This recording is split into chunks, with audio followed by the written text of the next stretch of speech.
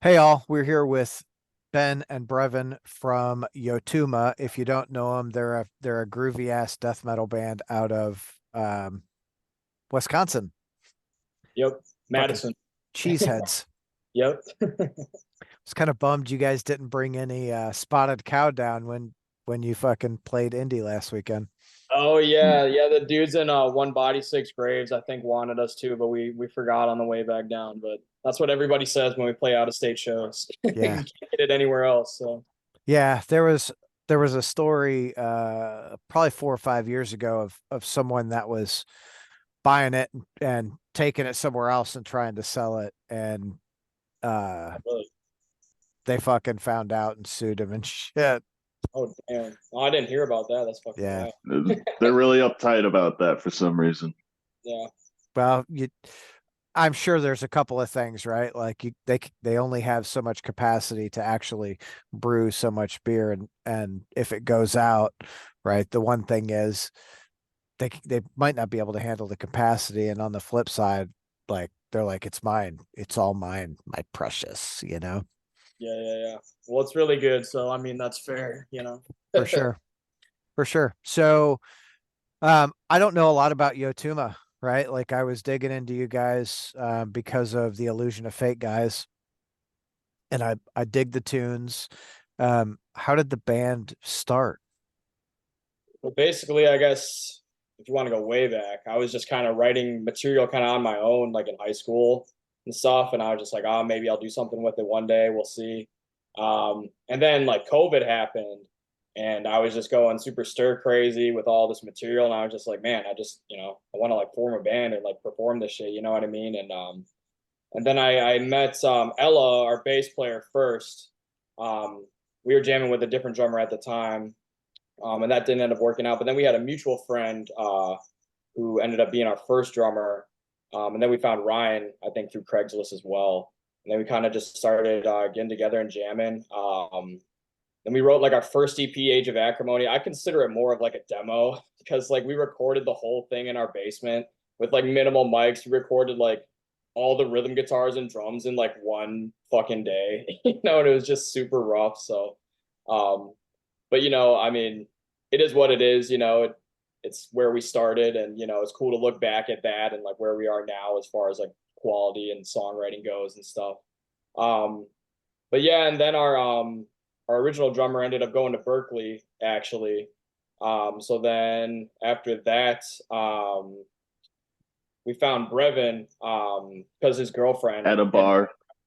yeah, for like her whole life. So um, and yeah, just basically as soon as quarantine lifted, we just kind of tried to gig as much as possible, make up for all the time. We were just cooped up inside, not able to play shows. Um, yeah, and just trying to stay busy as much as we can, gig out of state.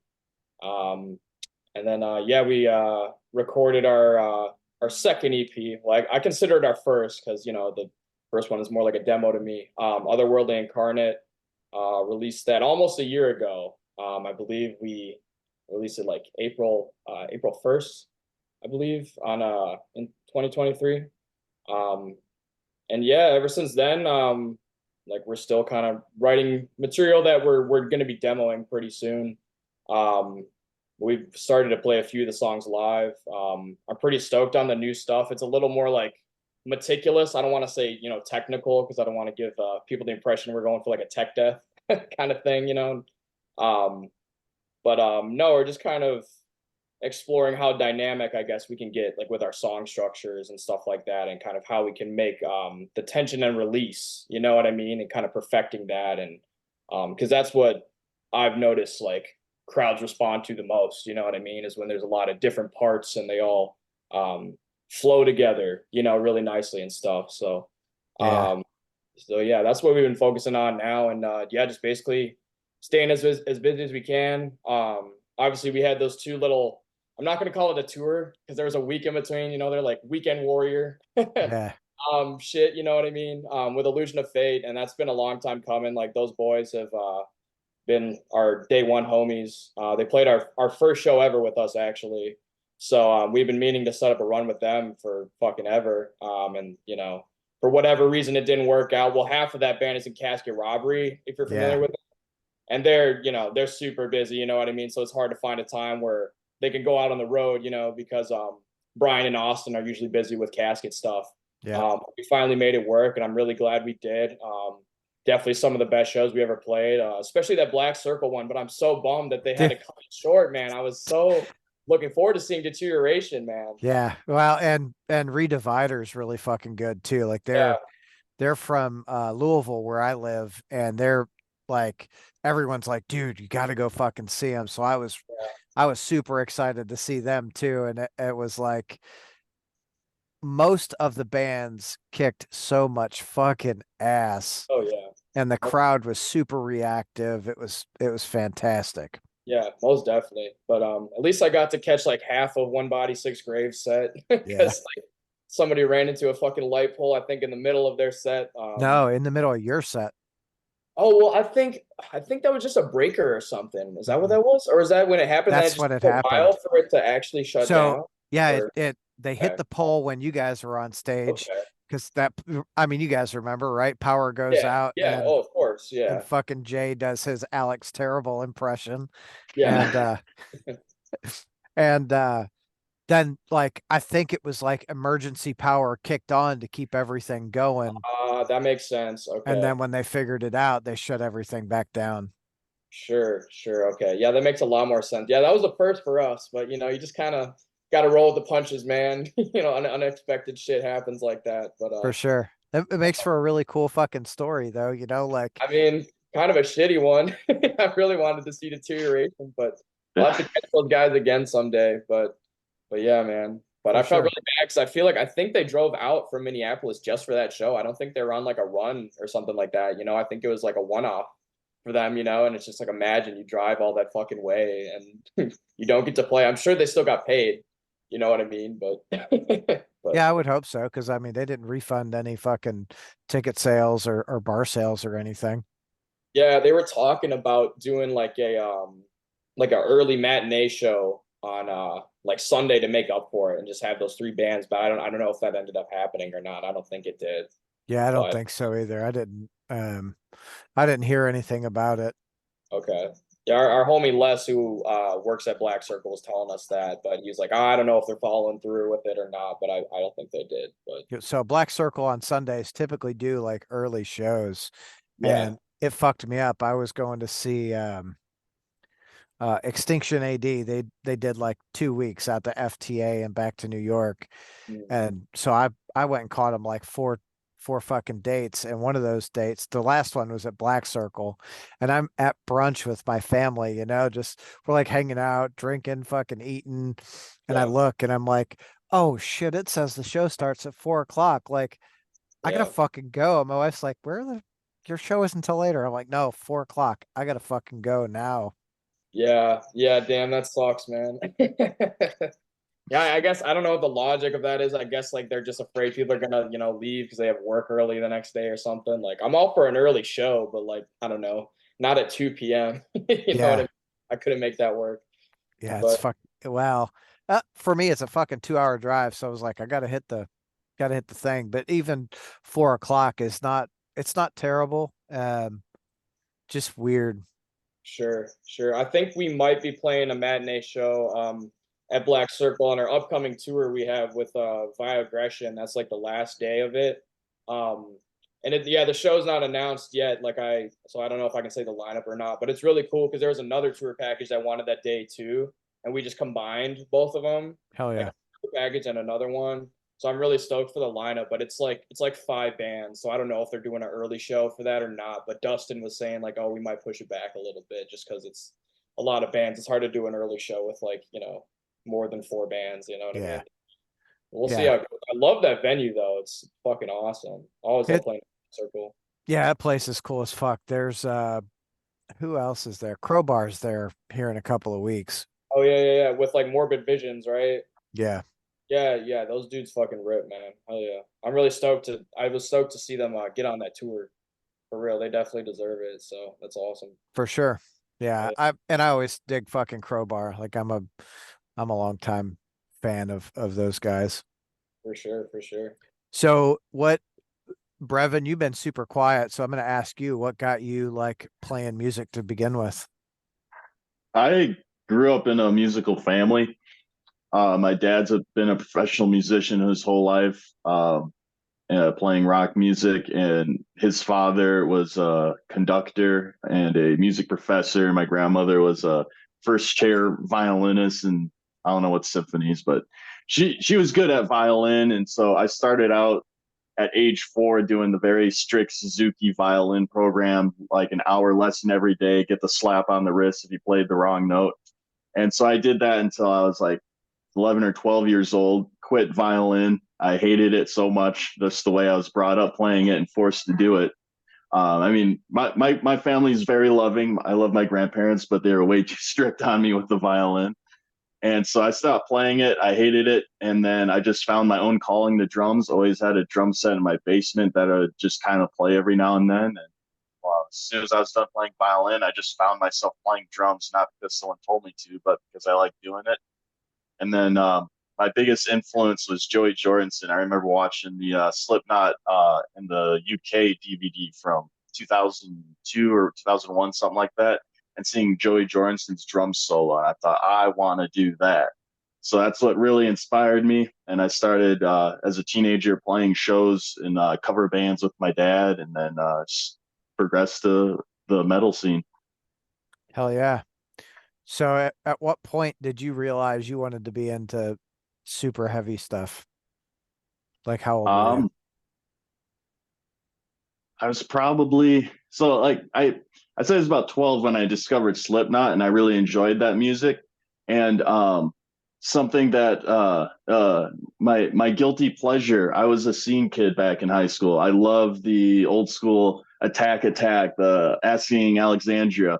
And one of the biggest draws to me was I loved their online presence where they post tour vlogs of them just doing stupid stuff on the road. And it's like, oh, I'd love to do that for a living.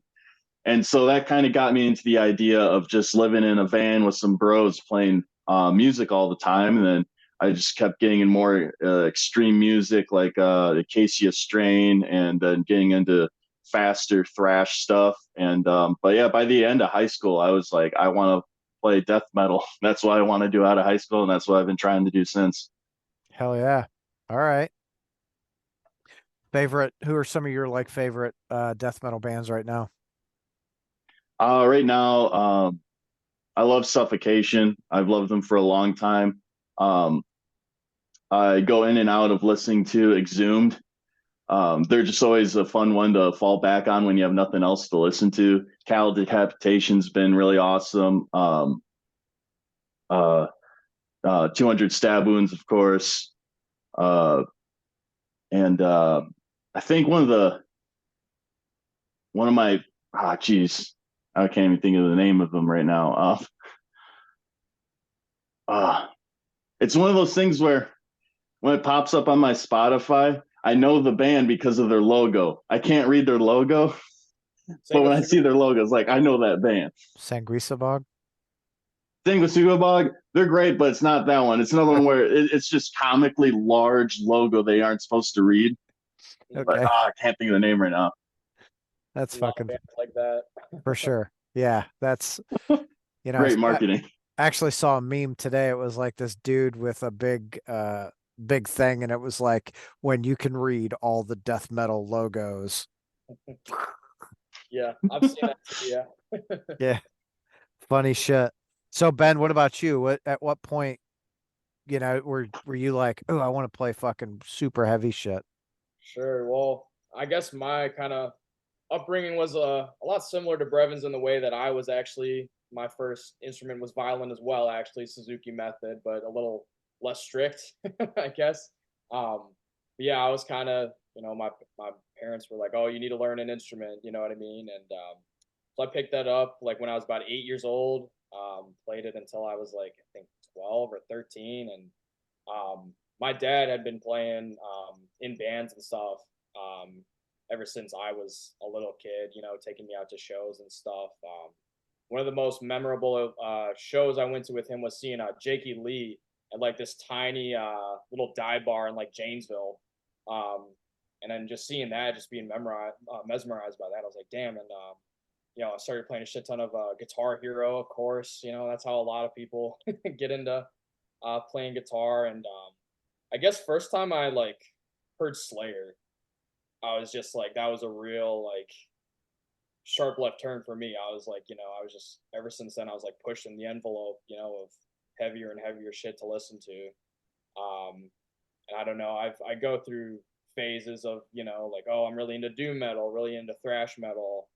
Testament was another really big one for me, just because of Eric Peterson's riffs, just the Yeah. hook fucking shit. He's just a fucking powerhouse. And then What a that kind of fucking, what a badass rhythm player he is, dude. oh yeah, it's like really underrated, you know what I mean? Yeah. And then that kind of evolved into like Lamb of God type stuff. Um, and I always kind of had a soft spot for like bands like High on Fire, kind of more doomy kind of stuff. And I saw High on Fire on tour one time when they played the Metro in Chicago, and Creeping Death opened for them, and I had never heard of them before at all. And then like I showed up, I think I saw like half of their set, and I was just like, Jesus fucking Christ, like who are these guys? You know what I Yeah. mean? Then I just really got into like the new wave of like death metal bands that have kind of the old school revival kind of sound, but Creeping Death was the one that like first kind of made me go down the rabbit hole, you know what I mean, and just get into more extreme shit. And you know yeah, I still listen to them all the time, but definitely like Suffocation for sure is up there for me too. Skeletal Remains all day, dude. Like seriously, like the tightest band ever. Um, bands like Stabbing, Analepsy, stuff like that, just kind of all across the board, and I kind of try to pull from all of those different subgenres and kind of, I'm not trying to say like we're doing anything unique, we're just taking our favorite parts of these bands that like we all love and just kind of putting them into one big pot, Well, um, almost honestly, almost no one's doing anything unique anymore. It's exactly. really, it's really fucking hard. Yeah, Uh, it's hard to find something so unique. I'll give it to you guys, right? Because you guys have such a fucking groove to the music that it really stands out against other bands. Because some of those bands are just chug, chug, chug, the sure. whole fucking time. Yeah. Well, I appreciate you saying that, man, because that's definitely what we're going for. Like, there's so many bands that are just trying to be as brutal as possible. I'm like, I'm here for it. Like I enjoy it, but it's Yeah. just like once you reach the ceiling of how fucking heavy you can be, it's like where are you gonna go? You know what I mean? Like it's just, I don't know. I like to make shit that's interesting. That people can move to. You know what I mean? Um, I don't know. I try to make it a little, I don't know, not so self indulgent, I guess. But not to say I don't Yeah, like to there's be. a fest we play down in Texas where it was a lot of bands on the bill, and all the bands are great, great musicians and everything. It was a very chuggy slam fest, and uh, it's like the first two bands when I heard them play, I was like, damn, they're so heavy. I wish we had a couple more songs that sounded like this. It was great, and then band after band, like you're the fifth band in, and it's just you get a little tired of the slam riffs. You're like, all right, I'm glad we have a couple of groove parts in our set now. Yeah. You can only listen to it for so long, you know what I mean? But I think that shit's cool. Like I'm not talking shit at all. It's just that's not the band like I want to be. I still listen to bands like that all the time. You know what I Sure. mean? So I couldn't go on tour and play that material every day myself. You know what I mean? Yeah, it's Um, not for everyone though, right? Like that's the beauty of everyone having their own, their own band and their own vision. You can leave the internal bleeding stuff to internal bleeding, oh yeah, and then yeah, let Skeletal Remains do them and just go, oh man, I really dig that part and how they fucking yeah, progressed this way with these drums. And okay, let's pull it together and make something really fucking happen. absolutely. Yeah, that's what it's all about. For sure. Oh yeah. For sure. So uh otherworldly incarnate, obviously, like your first release, I think you were saying, Ben. Oh Uh hey. what what brought on like the artwork and what made you say, okay, this is what we're gonna name it? Well, I kind of just stumbled upon this artist on Instagram. His Instagram is the Black Catalog. If you want to look into it, but he just had this really, it just popped up in my feed one day, and it just really had this unique kind of aesthetic to it that I just really vibed with. And I've always been fascinated with like ancient civilizations and stuff like that, and I was like really wanted to incorporate that like thematically and like in our band and stuff. Um, so I was just like, this is the guy to get the imagery down for sure. And I kind of presented him with like kind of a cobbled together Photoshop kind of like I wanted, and he just knocked it out of the park. I didn't ask him to change anything with the album art and stuff. Like he just fucking nailed it. Um, and yeah, as far as the album title goes, I was kind of just playing off like the lyrical themes that our previous vocalist Ryan was kind of working with. Like the whole album is kind of like a concept album, like the storyline he created of like typical kind of like summoning demons type shit. You know what I mean? But like I was trying to do it in a more unique way, not so typical. You know what I mean? I like that he left his lyrical themes kind of ambiguous and kind of up to for interpretation. You Yeah. know what I mean? Like I really think too many bands are like really just straight to the point about what the song is about. You know what I mean? But I think it's cool when the lyrical themes are a little more ambiguous and kind of like everybody can have their own kind of take on what it is. You get the general idea, but the specifics are kind of like up to you. You know Well, what I mean? that's where I think a lot of the conversations go with I'm a little bit older than you guys, and it was very as you say, right, ambiguous growing up. People weren't straight to the point, so you can interpret it however the fuck you wanted to interpret it, you know. Mm. Yeah, and I Uh think that shit's really cool. Most definitely. I mean, just like there's not just one way to look at something. You know what I mean? And I want yeah. everybody to kind of experience the music differently. Hell So. yeah. So uh Jay, is he the new guy or was he just for the run? Well, we're feeling it out with a few people for the vocalist position. Like, I really, we've been homies with Jay for a long time. We played with his band. He's still in Cast and Fire. Um, really, really, really good band. Like, seriously, check him out. Highly recommend. More like kind of Lamb of God style. Um, but as soon as we unexpectedly had to part ways with our with Ryan and stuff, he was the first guy that came to mind, as far as stage presence goes. And like, he's a professional. He helps load in gear all the time, which I was like, a vocalist loading gear. Oh my God. I've never, I've never seen that before, but he's just a professional. He's cool to be around, and I think, that's the number one thing that gets overlooked. I think when bands are trying people out, is like, can you hang out with them for like 2 weeks to a month, if you had to, what I mean? Would you guys get sick of each other? Would you guys just be having a great time the whole time? You know what I mean? And I was just like, yeah, Jay's the fucking man. He rules. Um, so we're kind of just doing some runs with him, and another guy, and just kind of seeing like how they are on the road. You know what I mean? Because people are totally different after being on tour for like a week. You know what I mean? And Yeah. if a person has like a shitty attitude, that drags the whole band down. You know what I mean? And you can't have that. But Yeah. I don't think he's been doing a great, like phenomenal, seriously just knocking it out of the park. He got sick over that past weekend actually, where we played at Black Circle Indie, and then we were opening up for Fuming Mouth yesterday. Um, and I was like, "Oh, dude, like, do you want me to find somebody to fill in?" And like, we weren't able to, but he just still just powered through and did it. You know what I mean? And I'm just Hell like, yeah. that's the kind of attitude we're looking for. You know what I mean? Um, but yeah, I was like, dude, we can't cancel the show. Like, Fuming Mouth is one of my favorite bands. Like, I've been listening to them since like high school and shit. They were a big influence, like, on my writing style, like the kind of metallic hardcore kind of shit, meeting like the death metal stuff Yeah. that they combine. I was like, that's what I want to do. You know what I mean? So I was like, there's no way I'm dropping this show. Like, we'll play Right. instrumentally if we have to. You know what I mean? But yeah, he powered through. So yeah, he's an excellent front man for Hell sure. yeah. Yeah, he did really good at Black Circle. Uh, Yeah, I was impressed, and frankly, I was impressed with every band that played that night. yeah, Well, almost every band that played that night. sure. Uh, there's one. I'm not even gonna say where in the lineup they were, but I was like, no.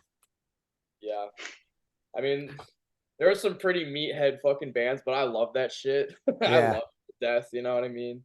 Um, I don't know, just everybody's stage presence was just fucking amazing. Every band there like knew how to command a crowd, you know, in my opinion at least. But yeah, I know the crowd would have gone insane for fucking deterioration. I'm really I was gonna be in that pit fucking shit up, but Well, those little fucking kids, dude, that were like what 8 or 9 or whatever, they were just tearing it up. oh yeah, yeah, they were pulling. You know, that's how some shows go. You know Mm. what I mean? But that's cool to see for sure. Rather than a bunch of old guys just standing there with their arms crossed, just staring at you. You know, like Yeah. it's boring. You know. I was It's the old also really guy. nice to be where it's raw. Like there's so many fests you go to where there's like 10 to 20 bands playing, and there's bound to be a few of those bands where it's like 60% of what they're doing is backing tracks, or they got the guitar track when they should have two guitar players. The one guitar player they do have is doing the rhythm part, not the lead, and that stuff kind of gets on my nerves. But it was nice to have a fest where every band is actually bringing it raw, and what you're hearing is the full band and their full emotion being put into it. I'll Yeah. tell you, I've never had that experience where like a majority or even half of the bands are doing backing tracks like that. Like most everyone that I've seen, and my experiences have all been like live shit. Do they have some backing tracks? Absolutely.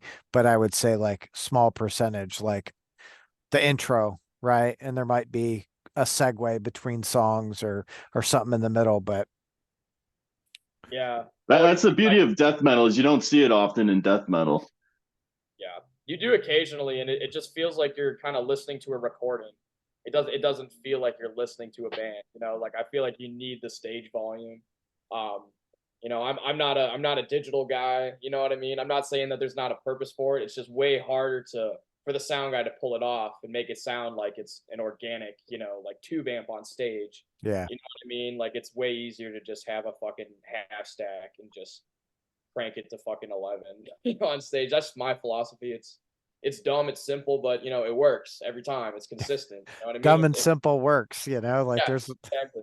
And if the sound guy won't turn you up in the monitors, well, you got that volume knob right there. You know what I mean? yeah. You know what I mean? You be your own sound guy.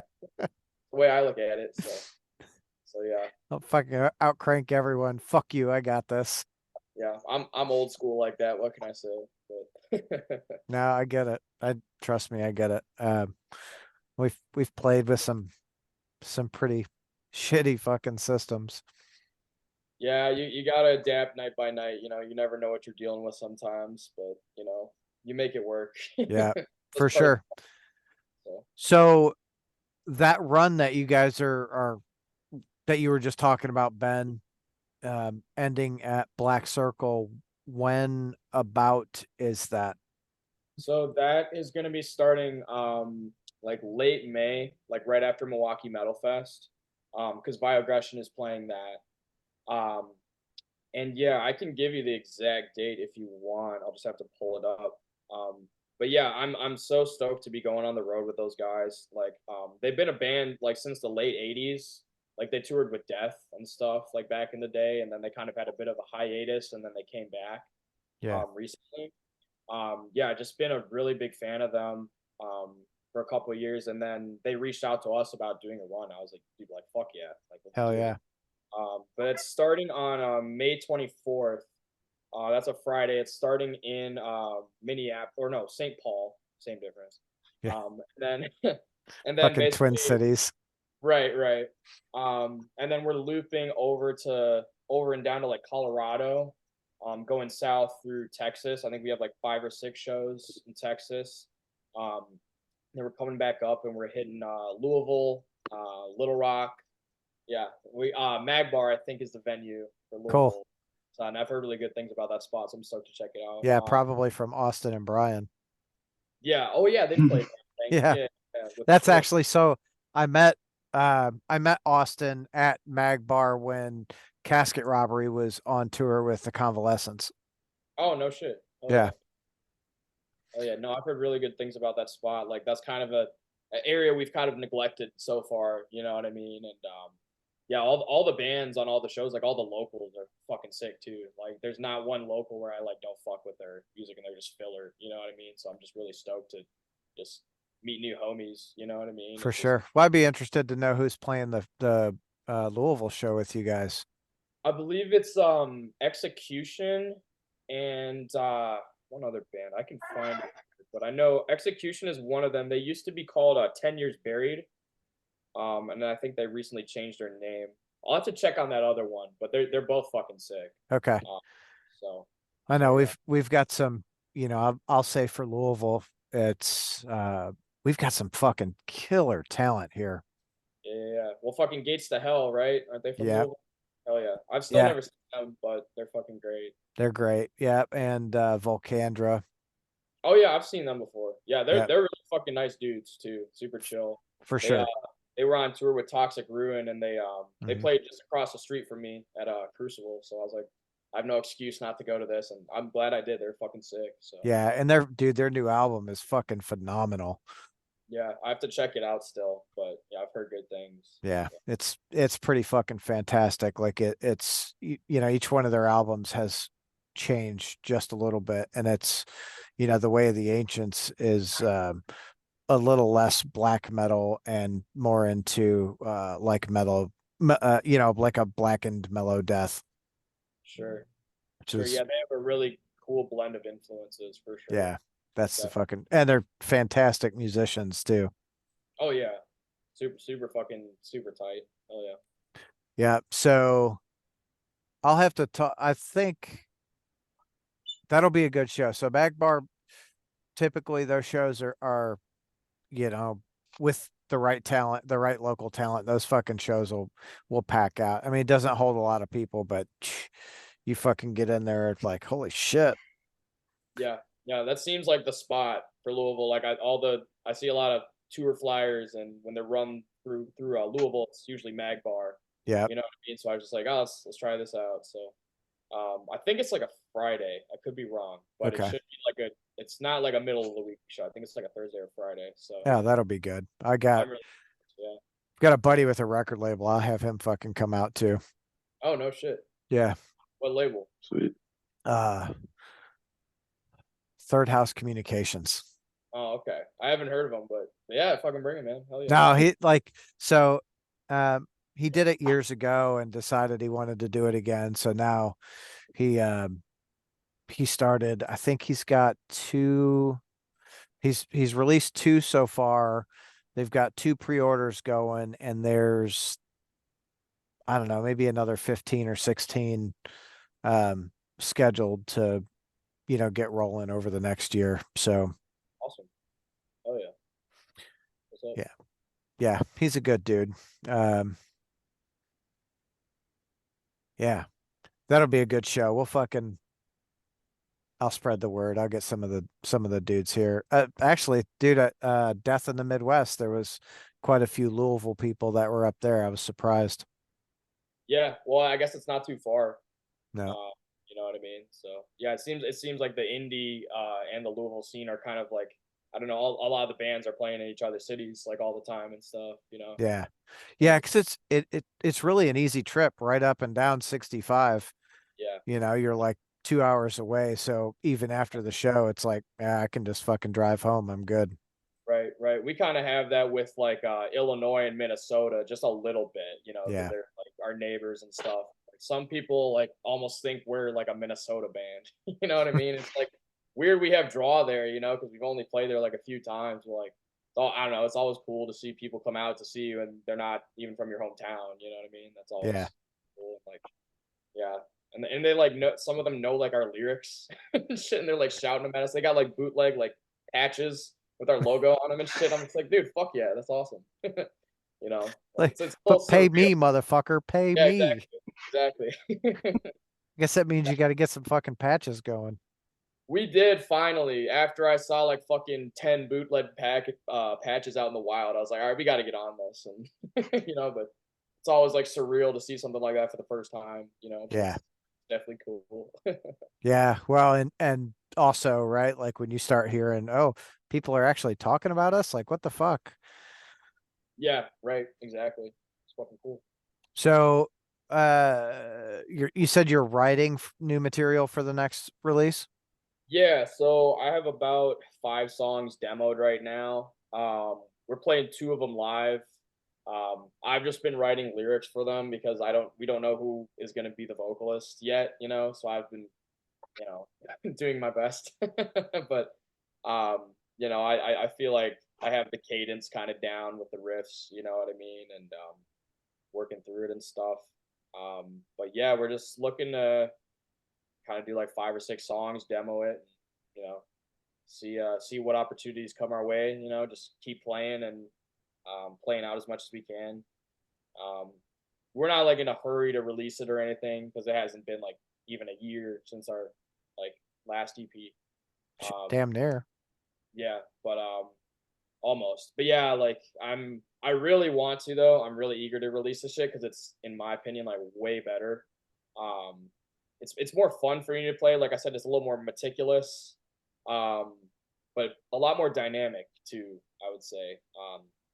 Definitely pulling a lot of influences from like Skeletor Remains, Analepsy shit. I mean, a little bit of Stab Wounds too, and just kind of you know doing our take on it basically. And yeah, yeah, Huh. really fun playing these songs live. Like the crowd response to them has been fucking great every time. So stoked to put more of them in the set slowly as we get them out. So Yeah, you guys had a really good response at Black Circle.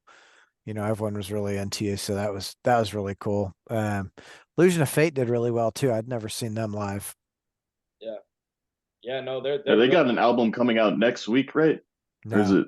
something May like I think in May. Or, Yeah, Portal May oh, it's Secure. all the way in May. It's coming out. Okay. May So we're 10th. kind of Ooh, planning it around Milwaukee Metal Fest. Yeah, they'll So release it on the we're lucky. 10th. We've already heard it. yeah. Yeah, Hayden's like sending me all the songs, like, do you think this is good, man? Like, do you think like be real, be real? I'm like like, yeah, it's good, Hayden. You're fucking amazing. no, it all sucks, dude. Start over, scrap it. Yeah, He'd be yeah, like, damn it, you motherfucker. yeah. Oh, Hayden's actually my guitar teacher, so I can't talk shit on him. Oh, hell 'Cause, yeah, you can. yeah, he'll start charging me more for lessons. So You're like, you're already paying him, I'm sure. So like, talk yeah, shit, talk right, shit, have fun. right. Yeah, no, he's a fucking phenomenal guitarist. Like seriously, just watching him play like makes me want to practice like Yeah. all the time. You know what I mean? So, Yeah, and Austin's a badass behind that kit, dude. oh yeah, most I'm definitely. I'm like, I fucking I used to say, yeah, I could play drums. Fuck no, I can't. Like, Yeah, Jesus Christ. not the way he does, That's man. what I think when I see him play. He was giving me some heel toe lessons while we were out on the road with him. And I'm like showing him how I'm just starting to get the technique down. He's like, oh yeah, that's good. You just gotta like lower the motion a little bit. He starts doing it perfectly. I'm like, ah, god damn, he's good. Yeah, Dick, don't show me up already. I'm just trying to learn still. Yeah, that's cool though, because Austin's one of those dudes that he'll sit there and have that conversation. He wants to learn and he wants to teach, which is really fucking cool. yeah, yeah. He's super Hmm. down to earth and just willing to show you. I mean, everybody in that band is, you know. Yeah. We ask him for advice all the time and vice versa. And yeah, it's really cool when you can, share that with another band. You know what I mean? Yeah. Everyone Yeah, coming up together really fucking, it really helps because you end up being like a support system for each other. yeah, yeah. A lot of bands are like, no, I'm not going to give you my venue contacts. Like those are for me. I'm just like, why fucking not, dude? Like you don't want the bands around you to like do good. Like if everybody else around you in the scene is doing good, like you kind of are too, because now you have more bands to tour with. You know what I Yeah. mean? And also, like, why would you not want other people to succeed? It's kind of a shitty mentality. You know That's what I mean? But it's more common than you'd think. You know? well, and it is on the lower levels when you look at the larger bands, like talking to those guys, like Kerry King, super supportive of all the other bands that he's associated with, right, or that he has friends in, and vice versa. So it's cool to hear the stories from some of those guys, like when Kerry first when Kerry King's band first announced, right, that they were like playing. Who was I talking to? I was talking to someone and they're like, oh dude, I was texting with Kerry, like, dude, I played the last fucking show with Slayer and I get to play the first show where fucking Kerry King's band is coming back. How fucking cool is that? Yeah. Yeah. Always like the most successful musicians are always the most down to earth and just chill. You know what I mean? Like I'm always like even yesterday, like opening up for Fuming Mouth, I was like, oh man, like what am I gonna say to these guys? Like they're up here or whatever, you know what I mean? But they're just super like, oh dude, like you fuck with our band? Fuck yeah, like that's fucking awesome, you know? And it's like they were stoked to see us too, you know, because it's like people that are like they're confident with themselves, you know, they're secure, you know, it's like all Yeah. the wannabe lower tier bands, they're the ones who are, they're the ones who have the egos because it's like projection. Well, and those bands they generally don't go anywhere, right? Because at the end of the day, what really needs to happen is everyone needs to support each other, right? Go out to the shows and you try to give tips and exchange contacts to fucking maybe a club or whatever that is. Because when everyone or when one person or band is successful and they're passing that on to other bands, all it does is I'm Yeah, going to say cross pollinate, right? yeah, Um, God, that's a stupid story. So so you fucking need it, and the more supportive everyone is of each other, the more successful the whole community is. most definitely. Yeah. I mean that's what I enjoy most, you know what I mean, is just like seeing the other band's sets, you know? Like it's cool for us to play, you know, like I love that too, but it's just like I don't know. I love being a fan of the bands we play with too, you know? Yeah, It's no better feeling than you know, playing a show with a band like you really fuck with and then they fuck with your band, you know what I mean? It's just like, I don't know, some validating shit, you know? for sure. So so yeah, Yeah. no, that's what it's all I, about, you know? So So I guess yeah, over the next year for Yotuma, what's the plan? What's the goal? basically, just keep doing what we're doing. Basically, just keep grinding. Kind of just tour around the Midwest circuit. Just kind of run the Midwest circuit and just kind of slowly expand.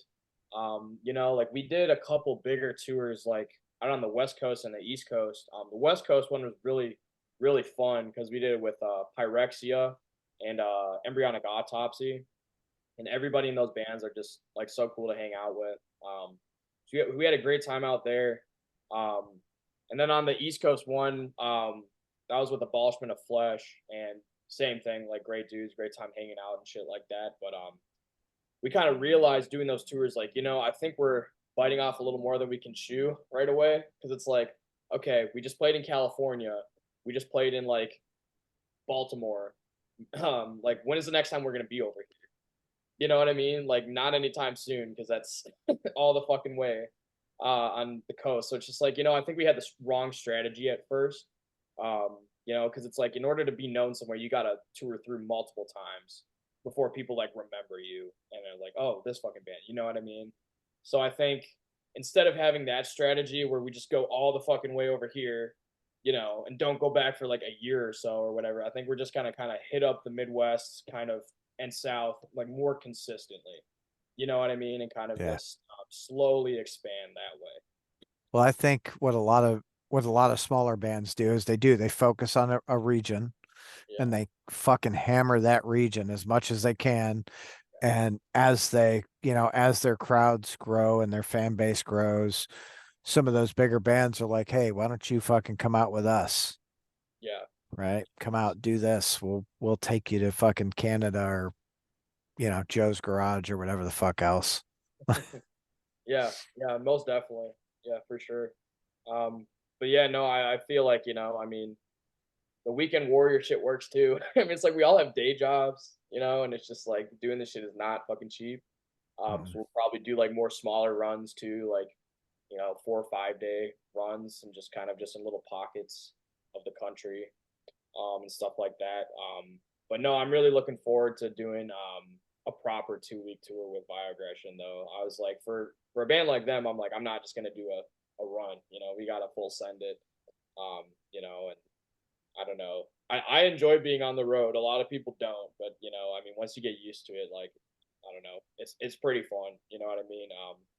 We're looking to get a bigger bus though, because we just use my shitty fucking '89 Chevy G10 right now for touring, and it gets a little cramped in there. You can't really stretch out in it. So I guess next step would be get a bus, with bunks and shit, just to make touring a little more comfortable. But Ah, slow down on the bus. That shit's expensive.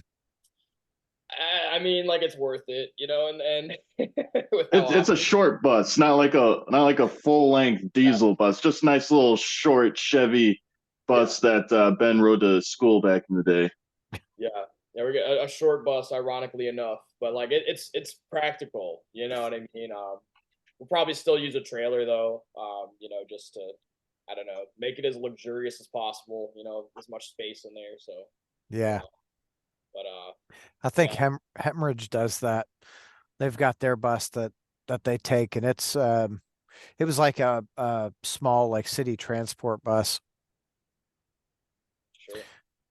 They're what are they doing? They're on tour right now. I want to see the inside of it because I'm interested to know how it's set up because like they pull up to a fucking venue and instead of going in and playing as people are coming out, they're fucking in the bus playing. So it's like, Right. That's all why I right, love watching a digital tour bus or whatever, just seeing like everybody's take on, yeah, I don't know. That shit's fascinating to me because like I did the interior of our van, like I did all the flooring and made the bunks and shit. Like I do construction like for my day job and stuff, so I'm like into that. But I always love to see like how people try and make it like as efficient as possible.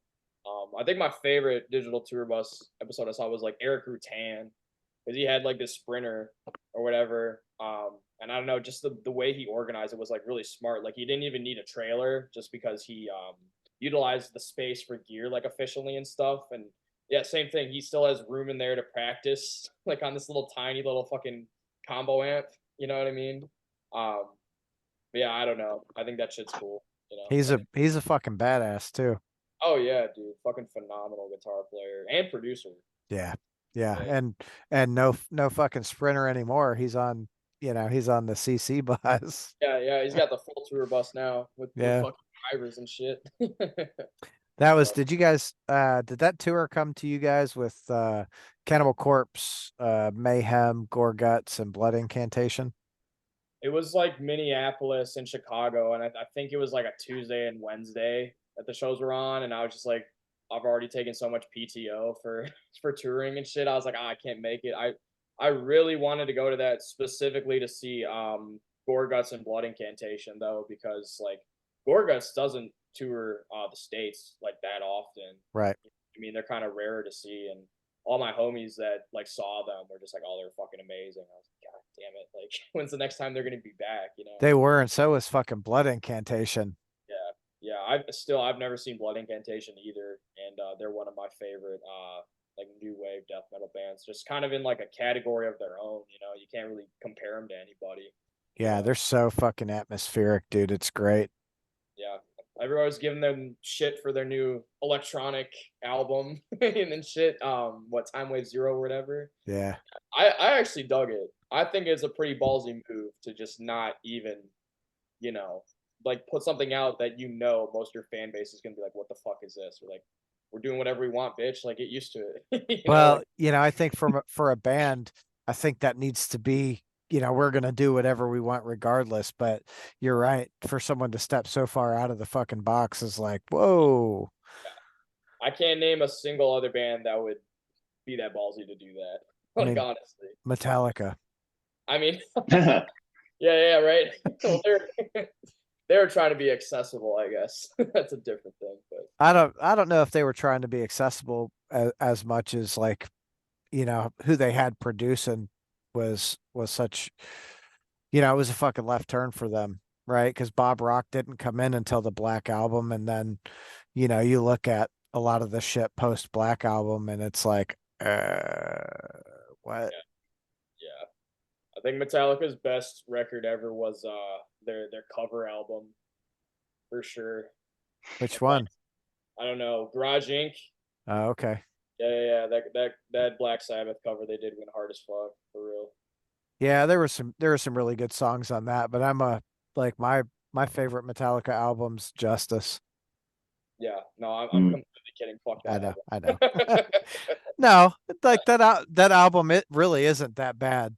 Um, of course, I'm a little bit older, so like Bob Seger's Turn the Page, it was really, really different. And I grew up in Detroit, so like Bob Seger was all around all the time. So it was nice hearing it a little heavier. And then, I fucking love Thin Lizzy. So when they were doing Whiskey by the Jar, is like, holy fuck. Yeah, yeah. Then Lizzie fucking rules for sure. I don't care what anybody says. I don't think anyone talks any shit about them because they're fucking Yeah. badass. Right. Yeah. I would hope not. Yeah. Um, so if you guys had the opportunity to open for like one band for a month, what band would that be? Suffocation. Dude, I they think would that's make us agreed look upon. so fucking bad though. Like they're the tightest band in the Oh yeah, world. they would. How can you like open for that? Like it would absolutely just destroy my self-esteem opening for that band. But definitely like when we're tighter and better, like yes, Suffo for sure. Um really I thought you were gonna say Acacia Strain, Brevin. That's surprising. I mean, yeah, that'd be fun too. I'd love to do that. I'd love to open for Acacia Strain for a month. That's like your life goal, I thought. Yeah, it pretty much is. Yeah, that's tough. Um I don't know. Yeah, I guess I would love to go on the road with fucking Guar for a month. That would be fun as fuck. Just because of I don't know, watching their show every night it would be just fucking tits. Yeah, you'd end up being one of their slaves. Yeah, yeah. That would be fucking sick. That would be better than playing in a band, honestly. Having that as a full-time job, you're just fucking Guar's stunt guy or whatever. That'd be fucking sick. Yeah. Yeah, but I think most of the people that do that shit all do other stuff. Oh, Uh, yeah. like one of one of the people who was in the band uh I had a conversation with, and they don't make a lot of money at all.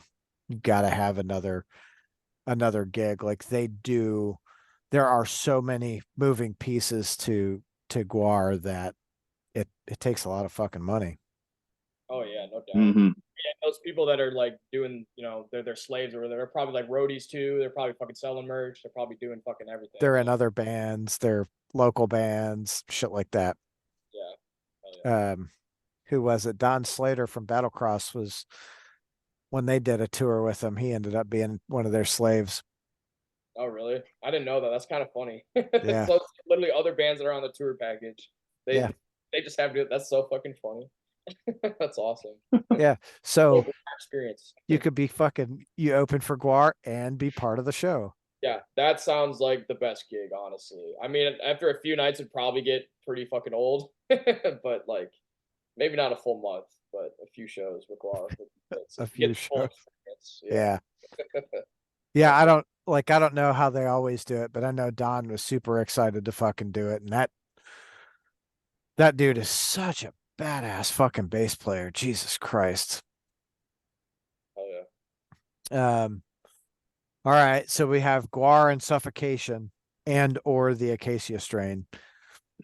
I would love to go on definitely Devourment too. Devourment for sure. I kind of just started getting into them recently, but like I don't know, their shows like go so fucking hard. That just because like I don't know, knowing we're playing in front of a bunch of Devourment fans, that are gonna go hard as fuck, like that would be some good peace of mind for the whole tour. You know what I Oh mean? yeah. But yeah, for sure, for sure. 200 stab wounds as well. That would be fun. They always have those hype crowds for them. I'm very jealous about that. And we opened for them once, and I remember before the show, a buddy of mine told me that they were kind of like stuck up assholes the one time he met them, and you heard from other people they're kind of stuck up assholes. I'm like, huh, I wonder if that's true. And we did not play a good show. That was not one of our best shows opening up for them. But still, even though we sucked that night, after the show, they were hanging out with us, smoking outside the joint.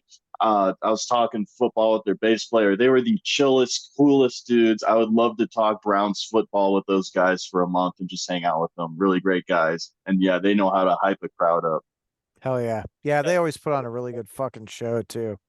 Yeah, no ego at all. They're just super fucking. Yeah, no ego. My buddy was lying. Yeah. Hey, Yeah, who the fuck said that? I've never heard anybody talk shit about the Sablings. that's funny. He Yeah. probably heard through the grapevine, oh, they're stuck up assholes.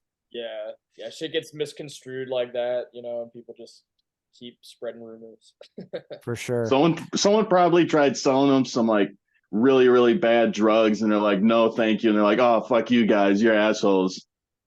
You don't want my fucking fentanyl laced heroin. Get away from me, you fucker. Like, what? Dickheads. Yeah. Oh fuck. So I know you're not in a hurry to release the new stuff. Do you have a timeline to start recording it? Well, we have a lot of downtime. Well, next month, April. We're kind of just playing one show in Green Bay with a bunch of homies. Shout out Funerary Outlook, Ruined Dweller, Choke. That's gonna be a good ass fucking show. And then we're just kind of laying low until we get really fucking busy in May. We just got a new show offer today. I'm not allowed to talk about it yet, but it's like two really fucking really good bands at X-Ray Arcade. That's all I'm gonna say. But be on the lookout for that if you're in the Milwaukee area for sure. And then we got a Ohio run in May too.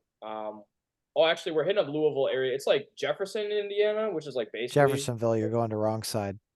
yeah, yep, like the only venue there. Well, the alcove is another one. Oh, okay, got you. I've never played there, so I'm not sure, but Yeah. we're doing that, and the day before we're playing at Legends in Cincinnati Okay. with like Scab Hag, Casketborn, Dark Druid, like a bunch of bands. And then we're doing the Vio tour, so I'm like, it's looking like the rest of the year is going to be busy as fuck for us. So I'm just really trying to utilize the month we have off, or one show in, just to kind of just get a demo going. Probably just have to use an electronic kit for Brevin because I just bought an electronic kit today. oh, you did? A Hell lot yeah. of money, and I'm not proud of it. Oh. Your sacrifice is appreciated. Whatever yeah. you can do to make it fucking work. Right. But we're actually going to be recording the demo with Hayden from Illusion of Fate, actually, because he does production and stuff as well. And I'm completely trust him to, like, he knows our sound. He's been seeing us play for, years now. So I think his vision and our vision will definitely be compatible for, like, what, we want to present for the demo and stuff. Cool. So, Yeah, it always helps when you're fucking friends, yeah, right. Yeah. But yeah, hopefully by April it's at least recorded. I know we're gonna write shit after the demo's recording, like, oh, fuck, I wish we would have put that on it, but it's just like we're not gonna have free time to record really after that, so just kind of have to toss it and get it done. So Yep, for Yeah, sure. the goal with the demo is basically we've been talking with we have talked to a couple record labels in the past, and our goal is with this demo is to put it out for the labels to see, or just record the demo, give it to the labels, see if anyone wants to invest in promoting us, see if anyone's willing to give us something that we can agree to. If so, great. Then we can give them a full album, including the demo. And if we don't see anything that we like, we'll just put it out as an EP. Can I? we already I'm got like a label offer, and it was pretty like, it sounded good on paper, but then when you look at the fine print, it's like, oh, never mind. You know what I mean? That's the thing. You got to be super diligent about it. Like, we weren't about to just jump at the first thing we got. No, I'm gonna tell you guys, right? Like, you listen to a lot of the old heads that have been doing this a minute. And Jimmy Bauer is one that I reference a lot because I talked to, like, when I was talking to him with I Hate God, what they do is they pay for everything for the recording and all that. So they own everything. It's their vision, and then they license it to labels. Yeah. Right. And what that does for you guys is that one, it doesn't put you in the hole to anyone. You have complete creative control over the album. So there's no, you need to change this or any bullshit like that. Like it's all you. And at the end of the day, you guys own everything. A lot of times with those labels, what they do is you sign away your publishing rights. So you're giving publishing rights to the fucking label so they can license it. And it ends up hurting the band in the long run. Yeah, that's definitely a really smart strategy. I'm pretty sure Blood Incantation does the same thing. I was watching like an interview with like Paul from Blood Incantation. I think he said that's what they do too. Like they pay for all their production, and that way, you know, they're not tied in and you know with one label for the rest of their career, and they can do whatever they want with their material. But honestly, like to have that freedom, paying for production, not that big of an investment. Honestly, like well worth it. You know what I mean? Just a drop in the bucket compared to like what your potential royalties could be, you know what I Well, mean? and to be able to pay for that, the freedom, the creative freedom, so you guys can do whatever the fuck you want is, that in itself is priceless in my opinion. Oh yeah, most definitely. I mean, I'm not gonna like name names, but there's a lot of like death metal bands that I was super into when they first came out, just doing whatever they wanted, and then they got signed, and now I can tell that they're being steered in a certain direction Mhm. to be more like radio friendly. You know what I mean? And I just don't want to be one of those bands. You know, they would just defeat the purpose of why we're doing this. You know Right. what I mean? Why would I want that? You know, I wouldn't want to go on the road and play some shit I don't fuck with. You know, that sounds terrible. So Yeah, I mean, if you're gonna do that, you may as well be in a fucking cover band. yeah, Yeah, I'd rather we might as well make money doing it by being a cover band. That's I'd rather work a day job than be in a cover band. Damn right, damn right. that's I did fucking the cover funny. band route. I did the cover band route right out of high school. Like the first year out of high school, I was playing with cover bands and I was making money to be able to live on my own and everything. Not have a day job. But after a year of doing it, man, it was daunting on my soul and I could not do it anymore. Yeah, yeah. Yeah. Fuck all that. Mhm. All right.